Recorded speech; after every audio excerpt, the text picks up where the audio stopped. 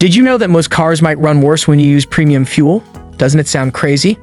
That's just the beginning of the car myths that people continue to believe on a daily basis, which range from squandering money on pointless improvements to unhealthy habits that might cause your car to break down. We're delving into 10 automotive myths that are not only untrue and also very foolish to accept. Stay there because you may save a lot of money and maintain your car in perfect condition if you know the truth. We should dispel these falsehoods. The first myth: signal from the key fob. Range expands in the vicinity of your head. Conclusion: it's true. The key fob signal may go further thanks to the fluids in your brain acting as an amplifier and conductor. This is because the signal's electromagnetic characteristics might be improved by the conductive substances in your body. Even though it may seem strange, you can open your car from a longer distance by holding the key fob close to your head, particularly in a busy parking lot. As water has comparable conductive qualities, a water bottle may accomplish the same result. Number 2. The performance of all cars is improved with premium petrol. Not true. There is a common misperception that premium petrol makes all cars operate better. Because premium gasoline has a higher octane rating, it is less likely to ignite too soon while under high pressure. High-performance engines built for it must have this feature as they run at greater compression ratios and need fuel that can withstand the higher pressure. Nonetheless, most contemporary cars are designed to function well on ordinary petrol. Performance, fuel economy, or engine lifespan won't be enhanced by using premium fuel in a car built for normal petrol. Because the engine isn't set up to benefit from the higher octane levels, it may actually make the car operate less effectively. Third place: you won't need an oil change for 10,000 to 12,000 kilometers. False. In order to increase fuel economy, new engines are constructed with tighter tolerances and often employ low-tension piston rings. But these elements, if the oil is contaminated or deteriorated, contaminants are more likely to be harmed. Pollutants such as moisture, carbon deposits, and combustion byproducts build up in the oil over time. This sludge may cause piston rings to get stuck if it is not replaced often, which can result in poor sealing, higher oil consumption, and even engine failure. Oil should be changed every 5,000 to 7,500 miles or once a year for normal stop-and-go driving when the engine experiences greater wear and tear. With premium synthetic oil, intervals may be increased to 10,000 miles for highway driving, when the engine operates more effectively. Number 4. All motor oils have the same conclusion, which is untrue. A common misunderstanding that may result in subpar engine performance and long-term harm is the idea that all motor oils are created equal. The viscosity, composition, and other characteristics of motor oils vary greatly. Your intended usage and the health and effectiveness of your car depend on the oil you choose. The main difference is between traditional and synthetic oils. Synthetic oils are designed chemically to operate better in harsh environments, such as cold starts and high temperatures. They are perfect for current engines with narrower tolerance because they resist breakdown, flow better at low temperatures, and retain viscosity at high temperatures. Despite being less costly, conventional oils lack these qualities and degrade more rapidly, particularly in hostile environments or after prolonged usage. Additionally, there are many viscosity ratings for motor oils, such as: the oil flows differently at various temperatures, as shown by 5GeV-30 or 10DeV-40. Poor lubrication, decreased fuel economy, and even engine damage may result from using the incorrect viscosity. Fifth, windows that are rolled down use less gas.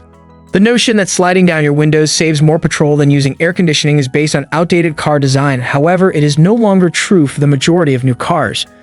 Fuel efficiency was significantly lowered decades ago when big, inefficient air conditioner compressors needed a lot of engine power to run. But because the technological developments, air conditioning systems are now far more energy efficient and have no effect on gas mileage. On the other side, aerodynamic drag is increased when you drive with your windows down, particularly on highways. Any fuel savings from not using the air conditioner are negated by this drag, which makes the engine work harder to maintain speed. Experiments and studies have shown that in the majority of contemporary cars, the difference in gas economy between rolling down the windows and utilizing air conditioning is little. Rolling down windows, for example, may provide a tiny advantage at city speeds since wind resistance is less of a factor, but on highways, the extra turbulence from open windows often results in lower fuel economy than running C. Sixth, idling conserves gasoline. Conclusion: untrue in comparison to shutting off the engine. It's a myth that idling your car uses less gasoline than shutting off the engine, which loses fuel and raises pollutants. This myth is out of date since modern engines are significantly more efficient than previous types. While the engine runs while the car is not moving, idling wastes gasoline. Depending on its size, an idling engine may typically consume between 0.5 and 1 gallon of gasoline every hour. Restarting the engine, on the other hand, simply requires a few seconds of idling and a little quantity of gasoline. Because of this, if you expect to be halted for more than 30 seconds, shutting off the engine is the most fuel-efficient choice. Additionally, extended idling may result in additional problems, including carbon accumulation in the engine, which can impair lifespan and performance. Because modern cars have improved ignition and efficient starters that are built for numerous starts, turning the engine on and off doesn't wear it down as much as it may in previous cars. Nowadays, a lot of cars include start-stop technology that automatically turns off the engine and restarts when the accelerator is depressed. Static tires have no effect on fuel efficiency. This is untrue since poorly maintained or low-quality tires may increase rolling resistance, which forces the engine to work harder to keep the car moving and uses more gasoline. For instance, tires with insufficient air pressure put greater surface area on the road, increasing friction and lowering fuel efficiency. By decreasing traction and producing uneven tire wear, even excessive inflation might have detrimental effects that could jeopardize safety.